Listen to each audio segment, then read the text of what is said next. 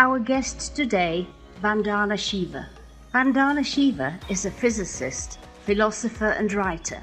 An activist for ecofeminism, she received the well-earned Livelihood Award, also known as the Alternative Nobel Prize, in 1993. Vandana Shiva has fought to change agricultural and food practices and paradigms. Among the areas in which Vandana Shiva has contributed intellectually and through activist campaigns are intellectual property rights, biodiversity and bioethics. She has also helped green movement organisations in Africa, Asia, Latin America, Ireland, Switzerland and Austria with their campaigns against genetic engineering. Her achievements and advances for the protection of the earth here in the Agora, a meeting place.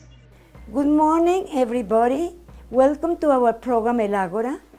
We have today Dr. Vandana Shiva, who is going to talk about the Ecofeminismanifesto. Dr. Vandana Shiva, welcome to our program. It is really an honor to have you with us. Welcome. My greetings. Dr. Vandana Shiva, you have just launched the Feminist Ecomanifesto. Tell us what that means. You have just done that in Rome. Yeah. Diverse Women for Diversity is a movement that grew as a response to the monocultures and monopolies that were being created by capitalist patriarchy, particularly corporations like Monsanto, who wanted to own and control the seed, genetically modify every seed, and basically, through controlling seed, take control of the food system. So some of us who were scientists and were working on biosafety and were present at the Convention on Biological Diversity, we were also present at meetings of the GATT, which became the World Trade Organization. And we decided to come together as Diverse Women for Diversity. The Ecofeminist Manifesto that was launched in Rome on World Environment Day, 5th of June, 2023, was a distillation of decades of work by ecofeminists. And ecofeminists are those who recognize that nature is alive, nature is intelligent, nature is creative, and women are alive, women are intelligent, women are creative. And those creativities coming together is the real alternative to the destructive forces of capitalist patriarchy. Many of us from different movements joined hands to start drafting collectively this manifesto, and it reflected the principles that we live by, the principles by which nature works, principles of diversity, principles of symbiosis, of working and living together through mutuality, through care. And the Ecofeminist Manifesto, which is titled Making Peace with the Earth, is really a way forward in how we changed our paradigm from the capitalist patriarchal paradigm of thinking of the earth as dead, as property, as raw material, to the earth as living, and all beings as our partners with whom we have to live in peace, in non-violence. It has the economics of care, which is the economics in which indigenous people, peasants, women, excel. And for thousands of years, they have sustained this economic of care, which is the foundation of all the other economies, including the economy of extraction and greed. And we intentionally issued the manifesto on World Environment Day to show that women have been the protectors, women are the defenders. The manifesto is basically saying, unless women are listened to, we will not be able to find a way to address the polycrisis, the multiple crises. We will not be able to avoid collapse and extinction. Making peace with the earth that women are showing is the way to transcend the crisis. Dr. Vandana Shiva, you have made an incredible meeting of Women for Diversity in Advanya in India, where all these women worked together for 4 days making the manifesto. Tell us a bit more about what is Navdanya and what happened there with these women. Well, Navdanya means 9 seeds, but it also means the new gift. 9 seeds, of course, is a symbol of diversity. And it was taught to me by a peasant who was growing 9 crops in his field. And when I was doing seed collections, when I started Navdanya because the corporations like Monsanto wanted to take patents on seed. And a patent is granted for something you've invented. Seed is not invented by the chemical toxic corporations. Seed is self-created. Seed is the legacy, common legacy of farmers over centuries.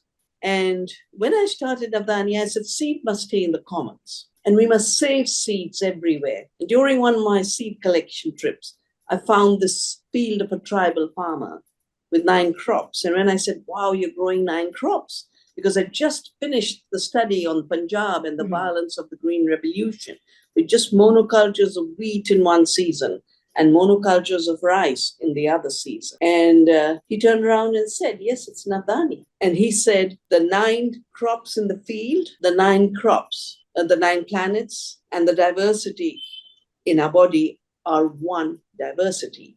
So Navdanya has been creating community seed banks. And in the days we gathered as diverse women for diversity, the women seed keepers of India who've been doing this work and the international diverse women for diversity got together to start drafting this manifesto. And the manifesto was then presented in Rome on World Environment Day.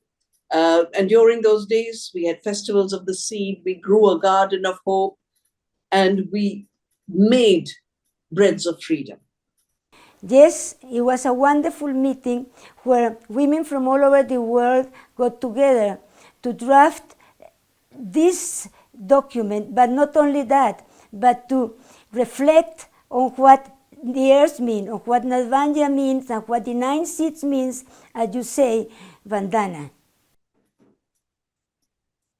Dr. Vandana Shiva, in 1996, in the Summit for the Food, there was a declaration made by you saying that women should be safekeepers of biodiversity. What has happened 27 years after?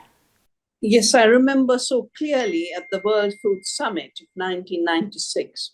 Maria Mies, who has also been my co-author of the book Ecofeminism, and other women who were gathered at the World Food Summit, we declared that most of the farmers of the world are women. Women are the biggest food providers. If there's biodiversity in the world today, it's because women have saved it. And therefore, biodiversity and food should stay in women's hands. And those were days before clicking a button, but 100,000 women endorsed that declaration on food sovereignty in women's hands. What has happened in these passing years, wherever the women have stayed committed to their rights, committed to producing food, committed to using their seeds, people are eating food. People are not hungry. People are not sick. People are not diseased. But wherever women have been displaced and peasants have been displaced by the system of greed, which is called globalization, which is run by the corporations, there is hunger everywhere. Not only in the poor countries, but also now in the rich countries. And the data is now showing that 50% of the increase of prices in food over the last year, which is blamed only on the Ukraine war, 50% of those profits have gone to the speculators, the financial system that is investing in food, the big corporations that are taking more and more control over food. So if humanity has to have food security, it will only be by listening to women, following the women's path of food sovereignty. In India at this moment, is there a movement or is there sovereignty for women in what has to be done with biodiversity? Well, in the areas where Navdanya works, where we have created groups of women called Mahila and Swaraj, which means women's food sovereignty. In those regions, women have their own seed and they've created community seed banks. women have learned knowledge of how to grow food without chemicals, and they are now teaching. We've trained more than 500 women. And because we have saved salt-tolerant seeds, the women who have saved salt-tolerant seeds shared the seeds with their sisters in the region that is the most vulnerable to climate change, the Bay of Bengal. So wherever women are leading the way, there is food sovereignty. There is a regeneration of knowledge in women's hands. There is a remembering that we can be self-reliant and self-sufficient in food if we protect our biodiversity, if we save our seeds, if we share our knowledge. This movement that you started, Women for Diversity, which means that women are the keepers of the seeds, has this also been put in practice in other places in the world, especially in the Western world, as you say, in the developed world? Yes, the movement for seed sovereignty and food sovereignty has become a worldwide movement. I remember when Colombia was being forced to have laws to give up its seed sovereignty and give up its native seeds. I got a call from Colombia to support the movement to keep seeds in people's hands, to not be forced to have Monsanto seeds. Across America, across Europe, in 2015, there was an attempt to pass similar laws in Europe to make it illegal to have local seeds, native seeds, farmers' seeds. And we did not just a seed pilgrimage across the biodiversity-rich regions, from Greece to Italy to France, but we worked with the European Parliament and pointed out how every element of that law was really an element of destroying the sovereignty of farmers to their seed. And that law was never passed. They're trying once again. And once again, I was in the European Parliament to ensure that the farmers' right to have their seeds is never taken away, because the right to seed is the right to grow your food, is the right of freedom, and is a right to take care of the diversity of your ecosystems. Dr. Vandana Shiva, at one moment, what Charles, Prince of England, now King Charles III, was one of your followers. Does that mean that in England they do have food sovereignty and that the seeds are being kept by women? Yes, yes, there are many organizations of women who have become seed savers. Many of them have left jobs in the financial world, in the IT sector, to become farmers and seed savers. I meet these amazing women everywhere in the world, because contrary to how the corporations would like to make us believe, seed can never become obsolete, because life can never become obsolete. Specifically in the case of England, of King Charles III, who had been one of your followers, has he actually promoted this seed sovereignty in the hands of women? Well, I can definitely tell you that when he was still the prince, in his garden in Highgrove, he had made statues of the women who had inspired me. It included a statue of mine. It included Catherine Raine, an amazing poet, and the woman who started the gardens all over. And you can't have a garden without seed. When Prince Charles visited the Navdanya farm, not only did he see the diversity of seeds we grow, he learned how to plow with animals and said, I'm going to bring animals back to the farm. It is wrong to have tractors which need fossil fuels. And then he asked us, how can I learn how to use the amazing systems of regenerating the soil? And, the King of England is humble enough to learn from the smallest peasant, from the last woman, and from the last plant. It is incredible that the King of England, now Charles III, had been one of the promoters and had been, as you say, working in Albania and managed to see what we could see when we were there in March. A fantastic place and a fantastic project. Dr. Vandana Shiva, you have been one of the pioneers in the movement of ecofeminism, and that has to be with biodiversity. Has that caused you a lot of problems, or that struggle had been worth it?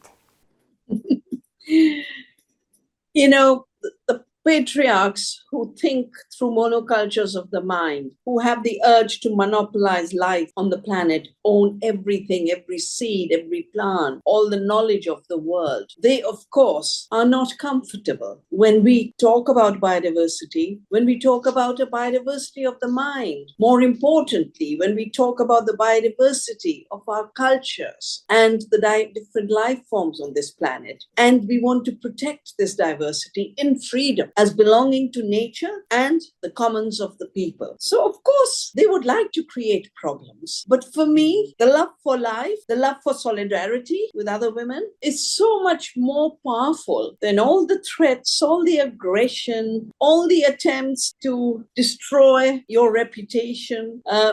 It's an irritant that you have to deal with. My work carries on. The big cartels of the world who control food and seed, they haven't had the power to stop our work. Dr. Vandana Shiva, you have created a fantastic university, which is the Earth University in India. Tell us how it works and why did you decide to do this? The Earth University, whose Indian name is Bij Vidyapith, the School of the Seed, at one level has grown out of the soil, out of the seed. We learn from nature, we observe nature, we protect nature, and nature is our first teacher at the Earth University. We get farmers from across the country to learn how to save seeds, how to do farming without chemicals, to do farming through agroecological principles and regenerative organic principles, how to create their own food economies. We get young people from around the world who want to learn how to grow your own food as interns. And in addition to that, if you go to the website of Navdanya, NavDanya.org, you will see the courses that the Earth University offers. We will soon be offering a whole 1-month course on the living seed, the living soil, living food, and living economies. By the end of this 1 month, anyone can start farming. Anyone can learn how to grow food. In December, we will do a course on Gandhi and globalization, which is basically about how to stay nonviolent in a violent world, because the dominant economy of globalization is a very violent economy. And most importantly, every March, we offer a course on ecofeminism. And I hope some of you will visit us. Dr. Vandana Shiva, if you had the opportunity to talk to the earth, what would you tell her? First, I would say thank you. Thank you for all you give, all the abundance you share with us. I would say we are sorry. We are sorry that some human beings and a short period of human history has been so abusive, so ignorant of your working, and a commitment to Mother Earth to say we will follow you, we will learn from you. That is why our manifesto is called Making Peace with the Earth. Dr. Vandana Shiva, one of the purposes of your movement has been peace, not only peace with the earth, but peace in the world, peace with other people, in a world which is, as you say, is managed by patriarchy, still is managed by patriarchy. What would you say that is happening now when the world is there are so many wars and so much violence? From my understanding of history, colonialism, industrialism, and wars cannot be separated. Colonialism was about a war against the people of the colonies. It decimated 90% of the indigenous people of the Americas. And that genocide is actually still continuing. Globalization is continuation of colonialism. Industrialism is based on fossil fuels, but on a limitless appetite for resources. The Americas had to be captured for growing cotton. India's textiles had to be destroyed to dump the industrial cotton. And therefore, these systems become like war against other cultures and other economies. And of course, they involve a war against the earth because the limitless appetite of limitless growth requires more and more and more resources. All the wars of today are wars over resources. All the conflicts on the ground, where women are being killed, indigenous people are being killed, are for resources, for land, for minerals, forests, for biodiversity. And that is why, if we have to put an end to wars, we must put an end to greed, and we must live within the limits of the earth with a good life. And a good life doesn't mean destroying the earth. A good life is living with the earth in peace, living as communities, sharing the commons, using as little as you need to provide for your food, for your water, for your housing. Cultures have done that forever, and new emergence of cultures is reminding the world that limitless growth is an insanity. Limitless growth creates wars. We have to degrow greed. We have to grow life. Doctora Vandana Shiva, what you say is really fascinating, and again, we have to say that the world at this moment, as is being managed by greed, it should change to what it is now being proposed, the matriarchal gift economy. We thank you very much, Dr. Vandana Shiva, for what you have been doing for the world, and we hope that you continue to be the leader of this movement, to bring back the seeds so that women are the ones who cultivate the land and produce what is needed, not what is being a big agrobusiness. Thank you. Thank you, Angie. Dr. Vandana Shiva, thank you very much for accompanying you in this program. And you continue with us in our social media, El Agora, Telepacífico, Instagram, and please to subscribe in our dedicated channel, El Agora Telepacífico.